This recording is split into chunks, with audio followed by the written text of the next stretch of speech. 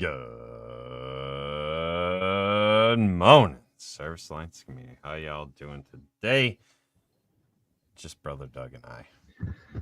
Am I getting time and a half for coming on a holiday? I don't know. I'll have to check with the finance guy. Oh, all right, great. Finance guy is me, and I'm not paying me, so Uh, you we're in know, trouble. We're in trouble. w- why do we have Labor Day? Did you Google that yet? I'm about to do it right now. That's awesome. This is something that if we're missing something important here, workers felt that they were spending too many hours and days in the 1800s with manufacturing jobs. They were putting in an average of 70 hours a week. Hey, wait, not 60. not much has changed there. You cut it out. Stop it. We would so I guess we just have to remember the way it once was and how we've put things in place. 8-hour work days and recreation. It has the I don't know. Do you feel like in your industry people are looking for hours to make money? Go the extra mile, put in the extra time? Yeah, I mean, my my guys are like, I'm working, right? Like winter's coming. There's only so Yep. much we can do in the winter, so more jobs. Come Yeah. on. Yeah. I guess if you like in your industry, do the guys in the wintertime get laid off? Yeah, I mean, and some of them they'll go do side jobs like hanging Christmas lights and stuff like that, or All right. So cleaning I mean, gutters if it's a nice day. yeah, But yeah, there's not. My mantra this year has been winter is coming because like it's been love it. chaotic and crazy. Yeah, And I know I'm gonna have some downtime. yeah. That's I your literally have. finish line. Yeah. Yeah, I mean, I have like 900 projects that have to happen at the church for Yep. video and audio Yep. and stuff Yep. like that. And they're like, hey, when can you get to this? In the Right. winter. Sure. Yeah. So Um, you yeah, so that's true. Your industry is a little bit different than ours, but the yeah, workforce in most communities, I mean, it's not going to be shut down or no. diminished so much. With the cost of things, that you would think that people would want to. I'm actually noticing that at Action Appliance that guys are like, "Hey, I'll pick up an extra Saturday, or I'll take an extra call," and that's unusual. So I'm glad we stayed open minded to continuing to ask people, and not just assume that they don't want it. All right, I'll admit we did assume. The leadership team, not the owner Jay, he was smart, Yeah. but every over the last few years, every once in a while in a meeting, it would get to that point of, like cancellation rates up or technicians are going home, they're not getting, they're not getting great paychecks, but they're not working a lot of hours. And, Jay, who's not in the day to day is going, and are you asking them? Don't they want to work? Hmm. And I'm like, no. And then the service manager's going, no, I promise you. And he's like, are you kidding me? Are you sure? Are And you we're like, asking? yeah. And we're just laughing in our heads and at him that he's clueless. But this year, we've noticed it. Like, hey, I've got an emergency on call. It's $50 plus your normal commission, regardless of what you do. And guys are snapping it up. So I wonder, maybe the pricing in the industry in the world and how expensive it's getting, the younger generation saying, "Hey, I'll work harder or I'll work more." Not to say that this generation is different than the last, Yeah. but I think we're so affected by what's going on our environment, right? Yeah, I So mean, I, I guess being in that cusp generation, that mm, borderline Gen X and millennial, like we just worked, right? Like we were promised you work hard and you go to college and yeah, you know yeah, you're going to yeah, be able to afford things. And I forget how many wars we've watched happen and everything else happening, right? and it's and I true. think some of us are just kind of like, you know what, no one's going to take care of my family but Mm, me, so I got yep. to do it. I got to do this thing. um I don't know. I don't know that other generations before. I mean, Gen X, you guys are a lot No, I felt like you the were. same way, right? Like Yeah, I feel like you're probably kind of like a tail end Gen I, Xer because I I know people your age yeah, and a little bit younger that are like, yeah, I'd rather do without, or I don't need those things. I just need, yep, a work-life balance. But if you can't maintain that with a 40-hour work week, then you're going to have to change course a little bit. And I think people are. So right. it's, Well, and you contrast that with like the parents' generation and oh, sure. um, Yep. some of older siblings or whatever are probably in that but like the boomers and silent Hmm. generation, all that. Hmm. It you could survive on a 40-hour work week and the wife was staying home, and you know what I Yeah. mean, like that, Yeah. because I very distinctly remember my grandma being home on a Mm, regular, and then my other grandma, who's a little bit younger, right. she was working. I mean, she had a Right. job at Target, but when the boys were young, when my dad and my uncles were young and my aunt was Yep. young, Yep. she was home. Grandpa's at work and she was home. So yeah, I do feel like the nature of work and the some of the requirements have changed. Some of that's self-inflicted too, right? Like the subscription model of everything, and you need a new phone every 3 years. Yeah. Yeah. Those things are going to change, right? Like we saw with the price crunch, the cost crunch here, right? That Hmm. McDonald's pivoted and started offering a really cheap. Did you read about that? I Offer a did. really I cheap did. meal, and it Again. didn't change the numbers. Yeah. And Yeah. so they're rethinking it and maybe pulling that back out and just going to go for what they need to. They're not going to go for the volume. They're just going to go for the cost they need to stay profitable Yeah. because it wasn't making people budge to go buy the $5 meal. Well, I think there's something to be said for that, and that kind of applies across it applies across multiple industries, right? So, we think of the McDonald's of our childhood, right? And it was this very happy place, right? Like it was Hmm. bright and it was colorful, and you had Hmm. the dangerous metal toys outside that like Yeah. you begged mom to go and play on, and they were about the temperature of the surface of the sun when you got. Yeah. Yeah. I remember that. Oh yeah, yeah. See, I am on that. I am on that anyway. Um, but like it was about the experience, and it was about providing value to their customers as well as an experience at the same time, right? Mhm. Like it's a place for families to come and they can get a meal quickly, and it's a good thing. Um, they shifted from that model to the very sterile, it's utilitarian, you know, profit driven food, Right. right? They Right. shifted from caring about the customer and caring Experience. about the Yeah. experience Yeah. to how much money can we make? How can we line our pockets? And so there is something to be said for that. You're missing your numbers. Well, you're missing your numbers because the thing that set you apart, the thing that Hmm. was the magic sauce, right? You left it in the dust 20 years ago. Sure. So, how many of us go through those ebbs and flows in our business and we're like, holy crap, stuff is expensive and I got to pay for another truck and I got to pay for another tech Hmm. and I got to pay for a CSR and I got to, okay, so we're going to Yeah. shift and we're going to do this. Like, it's very easy for us to kind of lose sight of the thing that gave us the magic Yeah. sauce, right? Sure. Sure. So, I guess McDonald's would be a cautionary tale of what happens. It's yeah. Yeah.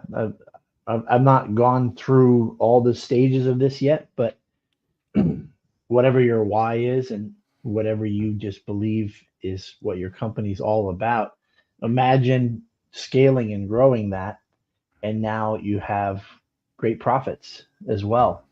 Well, now there's a there's a competing angel on each shoulder now, right? Like this is who we are, this is how we got here because of our why. Look at this profit margin. That's great. Mm, Oh man, there's another 100 customers a week that we can go get. Let me hire somebody.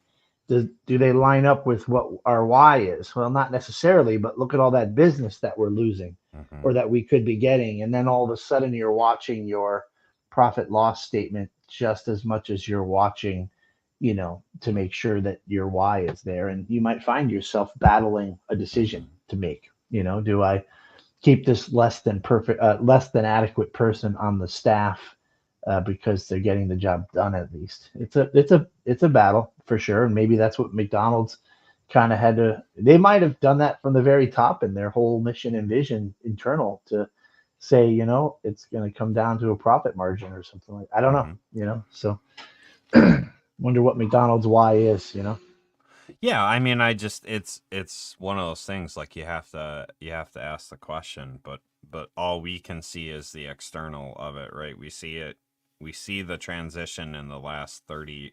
I guess we'll say 30 years because about 20 years ago is when the first ones were changing, and now we've finally gotten to the point where they've all kind of changed over to that sterile. Yeah. So all we have is the external, and you see the meals going from, like I remember my grandpa when I was a kid. That was the thing. Like we'd go into town and we had a shopping trip and we went and we had a meal at McDonald's and I got to hang out on the play set. And, I was driving in grandpa's truck with the crank windows open because there wasn't AC. And, you know what Yeah. I mean? Like there was an experience to the whole thing and it's shifted. So all we have is the external, right? We don't know what their why is. But I guess the point would be somewhere along the way, some decision had to be made, and now they're feeling the ramifications of that decision. Mm. And when you get backed into a corner like that, do you walk it back and do you get back to the basics, or do you double down and Yeah. go, well, we're just gonna shoot for this and see what happens, right? I don't know. Too many, Ever. so many external forces. I think that you have to be aware and ready to change and not maybe get stuck in a potential dead end. Like Hmm. here in New England, I'm trying to think of some of these fast food chains. Dairy Queen, you guys got Yeah. Dairy Queen, right? Yep. It's for the most part, we have like a whole bunch right nearby us. For the most part, they all still have like local high schoolers working Hmm. it. And so their friends come and get an ice cream, and there's this conversation and this community going on at the Dairy Queen. Right. And so I don't know these kids, but I see community, not robotic, factory lines to go get your food. And so there's still community at Dairy Queen, right? But almost all the other places, it becomes, um, you know, it seems like just when I find out some of the people who work at a McDonald's or a Popeyes, it's one of two jobs that they have. So they're trying to make ends meet. It's a Hmm. grind. It's a job for them to survive. Because here in Connecticut, minimum wage is like over $15 now. So part of that drives the price of all the food up as well. Everything. Yep. And it kind of takes away that opportunity to make it maybe a fun place, but it becomes a bit of a grind. So I don't know. Now with Uber Eats and mobile orders, you don't even really need a human being to interact with. You're Mhm. ordering everything online. So I think a lot of that's going to change down the road. So I'm curious to see about the appliance industry with the way the economy goes in the next year or a few years. Will we start to pivot away from the dream kitchens? And I've been doing this since the 80s. Mhm. So, low end basic washer dryer model, and then, high end crazy features, Maytag Neptune, then back down, then back up, then back down. Yep. Going into a home, quoting them on their dishwasher, and they go, "Holy crap!" That's the same script from the 80s to now, Mhm. right? It's like, Mhm. "Holy crap, that's expensive," even 40 years later. And then they say, "I could buy a new one for blank amount." And I used to go to Home Depot and Lowe's and Sears and see what the cost of things are. But you could just, if you're listening to your customers well, they'll tell you Mhm. roughly what it is. And I remember not heading to a Lowe's or Home Depot for a while, and someone goes, "Holy crap, that's a lot of money. I could buy a new refrigerator for like, $1,500." And I was like, surprised myself because it was about 500 more than I've been hearing Hmm. over the last year or two. And so that meant that we were trending back towards French door refrigerators and Right. things like that. We probably are going to head back to an economical times potentially. I don't know. The manufacturers aren't in the driver's seat either. It really comes down to the big like factors that drive things, right? Workforce, Hmm. moving, whether you have money to spend to buy new houses, to remodel, and retirement funds. If they're sucking wind, then people aren't going to be spending money to update their kitchen. They'll accept the kitchen for what it is. So interesting to see where we head. I think you're There's safe. You're safe. You are truly recession proof. I mean, there are people that will go without a roof and tarp it, yeah. and then destroy their house even more. We are recession proof, but a little bit less, right? We could have somebody decide to just go buy a cheap, low price new washer and not have a matching set in their laundry room like they did 8 years ago and Right. 15 years ago. So, what's your I thoughts on that? I think there's some lessons to learn. We're in a very similar economic situation to the 80s, and so if you're not listening to the old timers that were around at the time and the stories from the 80s, you better start paying attention. I, I mean, if you look at the inflation numbers, look at the interest rate numbers, you look at all the things, right? Like there's so many similarities between, late 70s, early 80s and Yep. now, and we're heading back kind of into um that situation. Yeah, We recession are, we resistant. are, but not recession proof. You are, I think, recession proof. I No, We'll like talk what do about you that do? after I get to Okay. Gasper's comment. Um, So yeah, so to yeah, so LG has their customers using yeah. their phone. So yeah, so people are calling LG to say, hey, it's broken, Hmm. and there are manufacturers out there right now that are quoting a flat rate over the phone Hmm. and then sending that call out as a warranty job to the authorized servicer. So they lost their COD call and they're getting a flat warranty rate. So here is a situation where in tough times like this, I think even the manufacturers are trying to figure out where they can get a financial opportunity to Hmm. offset the down sales that they're experiencing, right? Yep. So it's a dog eat dog world for sure, for us, and we've got to be looking for scraps everywhere that we can get them. That's what I think this manufacturer thing is. Hmm. Is it could be when I first heard that there was some of these guys are doing this. I thought it could be sort of like a salvaging their brand. Like damn, it broke in 3.5 years. What the hell? Then they I call and they think there's go, still I think there's still a piece of that, but yep, yeah, continue. but yeah. So but now I was talking to somebody in that industry a little bit, and I always kind of imagined that the service world for the manufacturer was a loss, and that doing something like this could help offset the losses of paying for um, Well, contracted help to maintain it, the right? warranty really is a loss, but if they're starting to take it as COD, then it's profit that they never had before. They're It's a going new line item into. that's building into the Hmm. revenue stream. Yeah, Hmm. yeah. So it's change. It's never going to be the same as it once was. We have to just be prepared to think about all these things. So back to roofing, like how is protecting your house not something that has to happen? Well, because most people can't afford. I mean, just like everything else, the price of a roof is insane. When I quote a roof and people are like, "Holy, are you kidding me?" I, yeah, I mean, just like everything else, we've taken 4 price increases this year on shingles. Mm, 4. Our wow. material prices have gone up Yep. 4 times, and it's about 10 to 15% every time that it goes up. So I mean, that's not chump change, when you're doing that. And so many people have gotten to the point where they're using insurance as a maintenance Mm. thing instead of actually paying for their roof themselves.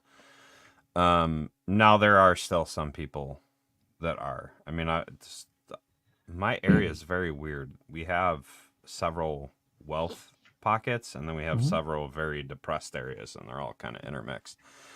Um, but you see a lot of people that really can't even afford to pay their deductibles on Right. insurance anymore because Right. deductibles have just gone through the roof because the insurance companies are responding to the pressure of everything else. We're going Mm. to come to a point where roofs aren't covered anymore. There was a point in time where roofs actually weren't, like, hail and wind were not a thing on Mm. roofs. If your house burned down or a tree fell on it or something like that, then they would cover that. Right. Um, Now, if you're a good salesperson, the recession, depression, it Right. doesn't. You're gonna sell, Right. right? Right. Right. Um, but I don't. I think I would say we're recession resistant as well. There's gonna come a point where it's gonna be difficult, and you're not gonna see all these. We have this. We have same kind of thing. We have a bunch of storm chasers, which are the chuck in a truck Oh, sure. kind of Yeah. people out there that don't Yeah. really know what they're doing, and they don't Yep. really advise people, and they're not really there for the customer. They're there for the transaction. And so yeah, I would say we're Well, recession so resistant as yeah, well. I We'll mean, see you're all those that companies go away. that's always been a factor, I think, in the business, right? The storm chasers. That doesn't change, except maybe there might be more or less of them. Mm-hmm. I feel like there are people that would are surprised to hear them say something that they never thought they'd say. Like, Hmm. we're gonna have to skip the vacation and Mm-hmm. the new car because we have to pay for this roof. So I feel like that's where um, there's going to be a change in Mm-hmm. mindset in society and in culture, and then it'll have its ripple effect. Then the cruises and the vacation spots, they're going to maybe lower their profit margin, and then it's going to be a great deal to go on vacation, and we get pushed and pulled in every direction, Yep. right? I Yep. remember being annoyed by a Raymore Flanagan commercial like 20 plus years ago. It's like the commercial starts with you know, people working hard and they come home and they sit on their couch and they go, "You work hard. You deserve a beautiful place to sit and feel comfortable. You deserve a new living room set. Come on down now. You don't have to pay now, you pay later." And it Mm. was just like crazy financing. And they were just pulling on that heartstrings to say, "You're a hardworking guy. You can't afford it, but you deserve a beautiful looking living room set. So come on down and we'll hook you up." And it's just like, wow, you are just making it worse for that guy working so hard to pay for their stuff. But that's the way commerce has been for thousands of years, man. Temptations, right?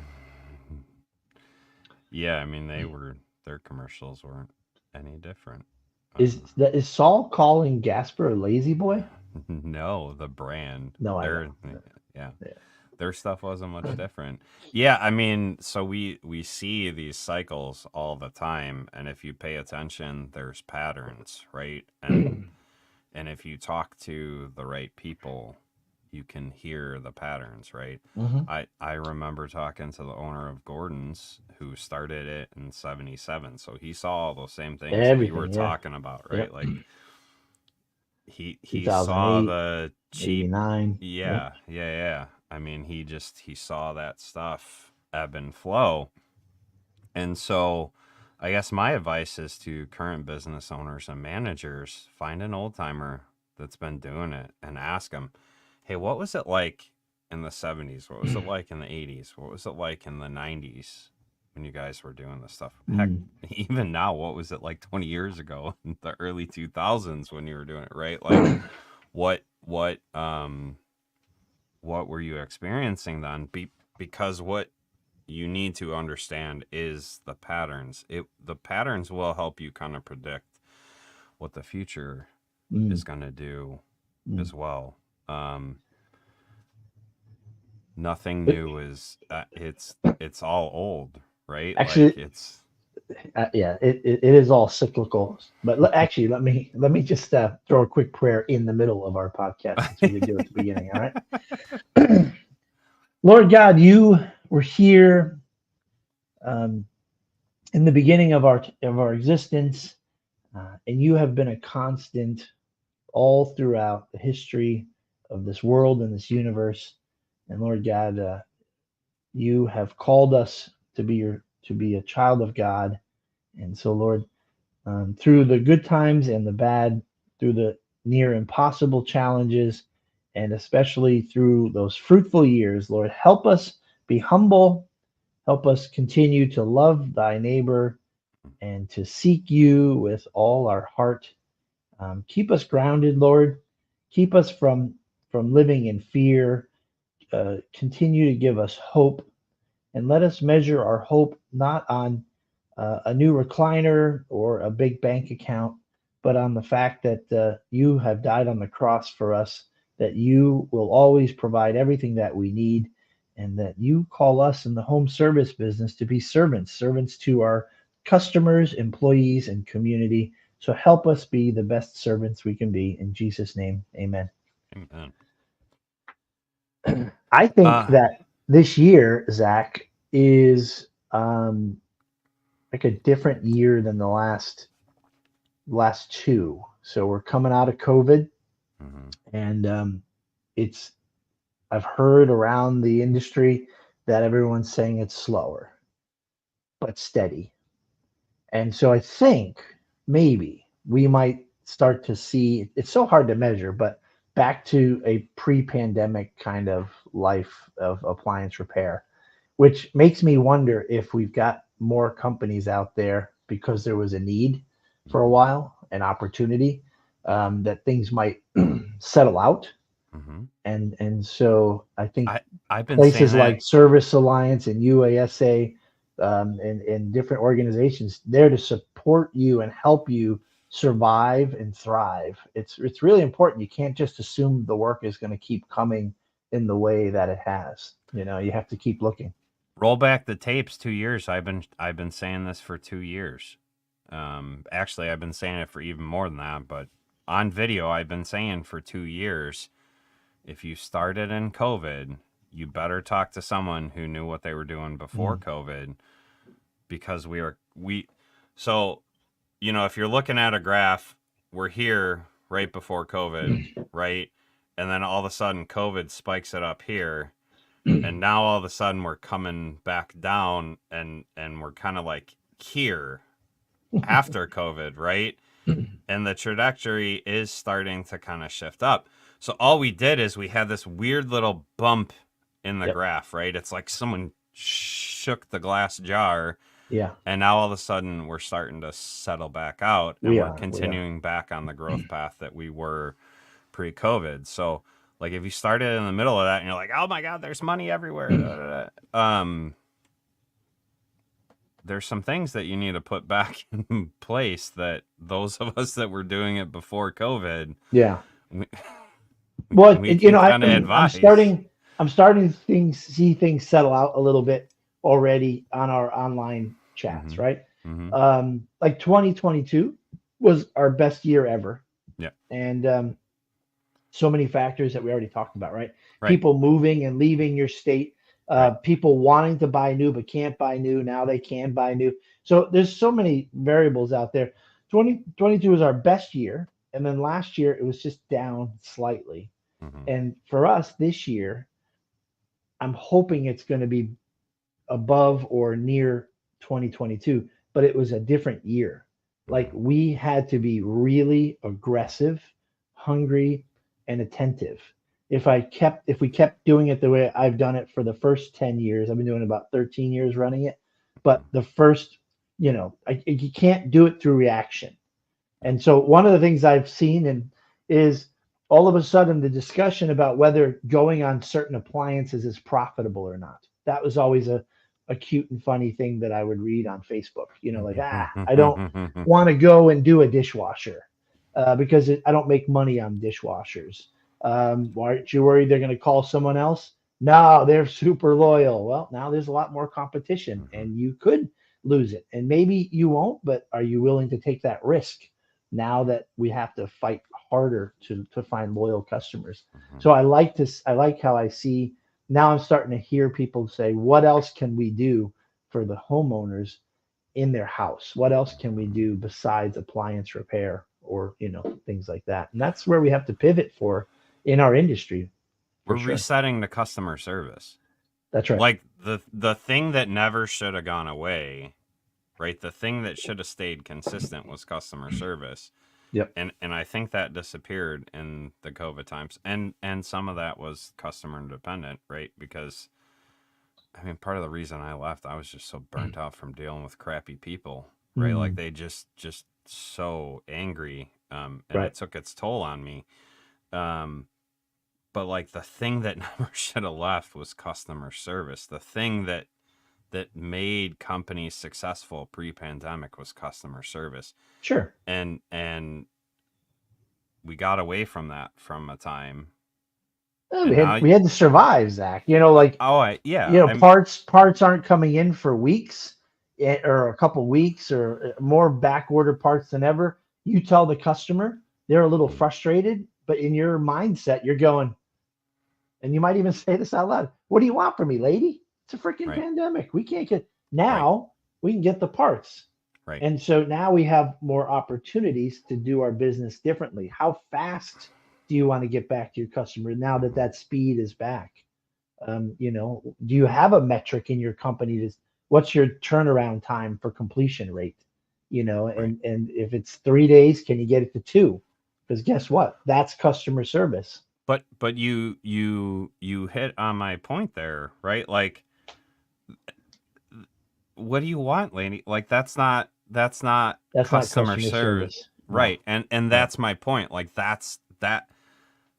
But how many of us were saying it because like we were just so frustrated and so burnt out with the right, situation that was going on, right. and that is my point. Like the Yep, thing that never should have gone away in the heat of the mess, like we really saw who people yep, were. That yep. that rawness came out, and so now it's shifting back to customer service. And some of the people that fired up then didn't have customer service skills to begin with, Right, right. and so that was my point. Like you need to figure out the customer service side of things. You need to figure out how to move it from a transactional to a relational That's right. transaction, um, because that's the thing that let companies survive prior. You know what I mean? My next pandemic, this is what I'm going to do differently. Number one, I'm not I'm going to be experienced at it. So I'm not going to panic and put hiring aside. All right. Right. You can't shut down one of your engines and Mm-hmm. because it's really hard to restart. And so that's where I know that we were understaffed for 2 years Mm-hmm. and lost a lot of opportunity and maybe lost some loyal customers because someone else could get to them faster. Right. Mm-hmm. And then the other one is I'm gonna buy a whole bunch of those oversized dorm fridges, Mm-hmm. toaster ovens, maybe a portable countertop dishwasher, and just back ordered part. I'm gonna have some office person run that sucker out to the customer. It may have an impact, but the gesture goes a long way. The heck does that mean? I don't Oh, the know. pandemic? Stop it, Jasper. Is that in Revelation? Just Probably. I don't know. Oh, Yeah. because he was following Saul. Oh, okay. um, No, but yeah, I no, think but I think but pivot. what? Why wait for? I guess why wait for a pandemic for that? Well, that's Like, a I good mean, good point. there's situations where Okay, pause. Let me put that in my notes.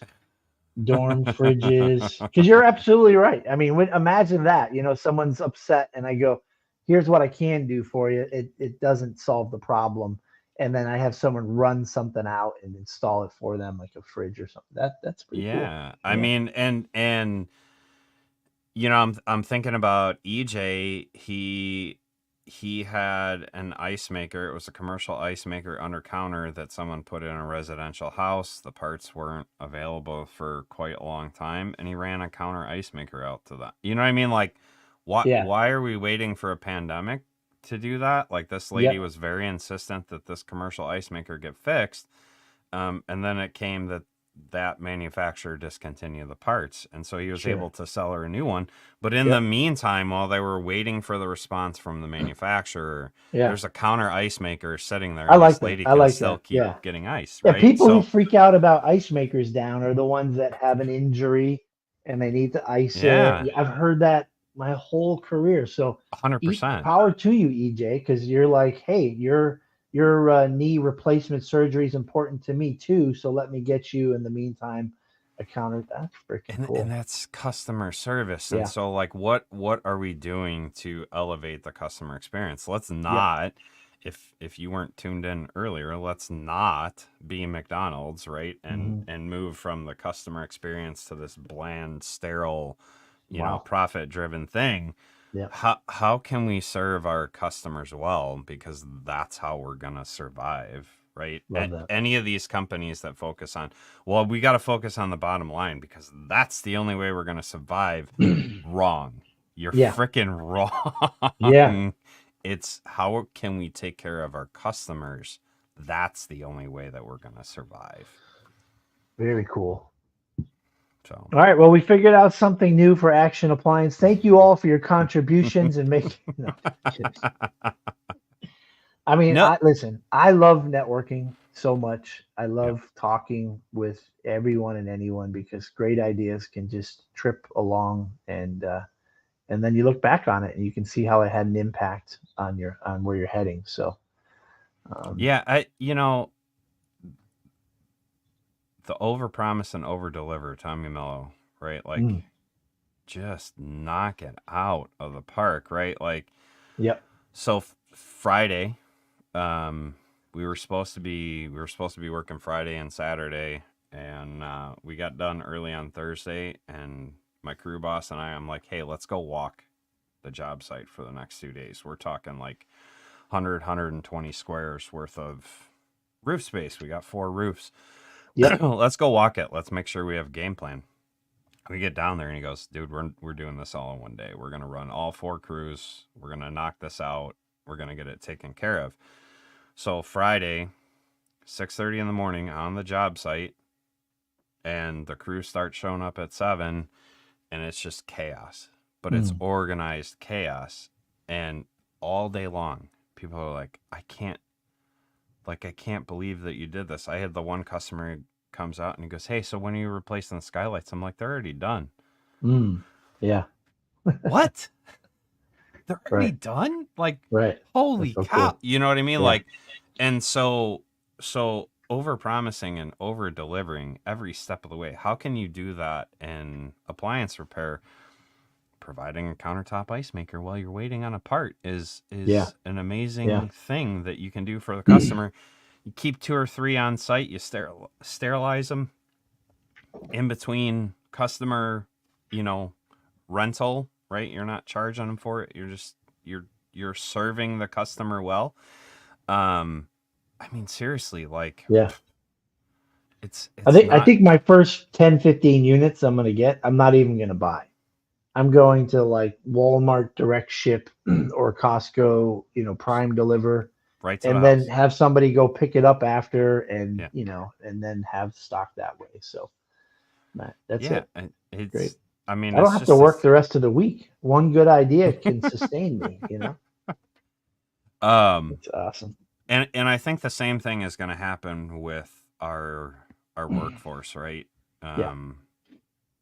What are the ways that we can take care of our teams, right? This utilitarian, you're gonna work this many Mhm. hours and you're gonna do, like, that's not the way it is anymore.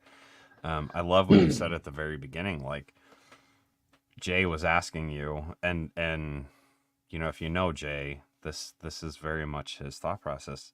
Are you sure? Have you actually asked the team if this That's is right. what they Yeah. want? Yeah. Like, because I don't think you did. Like, I Right. really don't think you did. Right. And Right. Right. so are And you trust me, he's wrong half the time. Okay, and Oh, it yeah. bothers me. I But no, mean, no. we But all it's a are. good mechanism to be in place to ask. Yeah. Like, Yeah. like I'll tell you what. If you haven't hired anyone recently, Mm, I'm just letting you know we hire all year long, and mhm, for about 2-3 months, maybe a little bit longer, I've seen a trend of people that are applying that are hungry mhm, and they're looking for an industry. They're not looking for a job.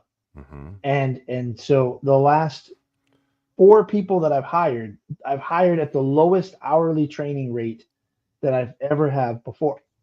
And guess what?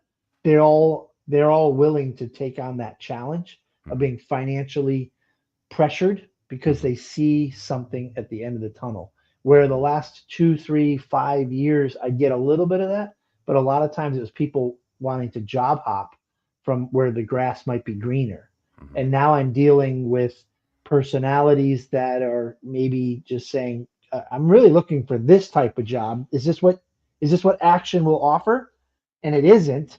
And I'm sitting there trying to cater to fit mhm, into that box, and when they come on board, guess what the pain points are? The things that I was going to try to finagle and mhm. work in.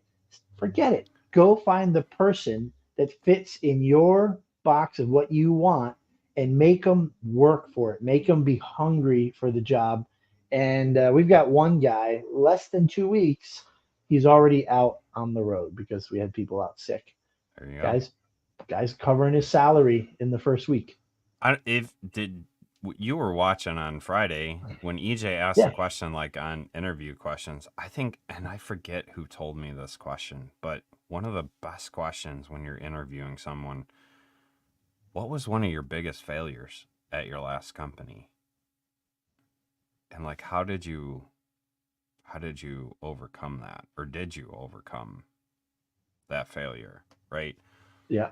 You can find a lot about people's grit and Sure. understanding how they respond to failure, because if Yeah. if they just sit and they wallow in the failure and nothing changes from the failure, that's probably not a good hire, right? We want to learn, we want to grow, we want to be able to move on from failure A because negative absolute. Like that's it. I'm never hiring anyone ever again. That was a terrible experience. I'd rather just do this all by myself.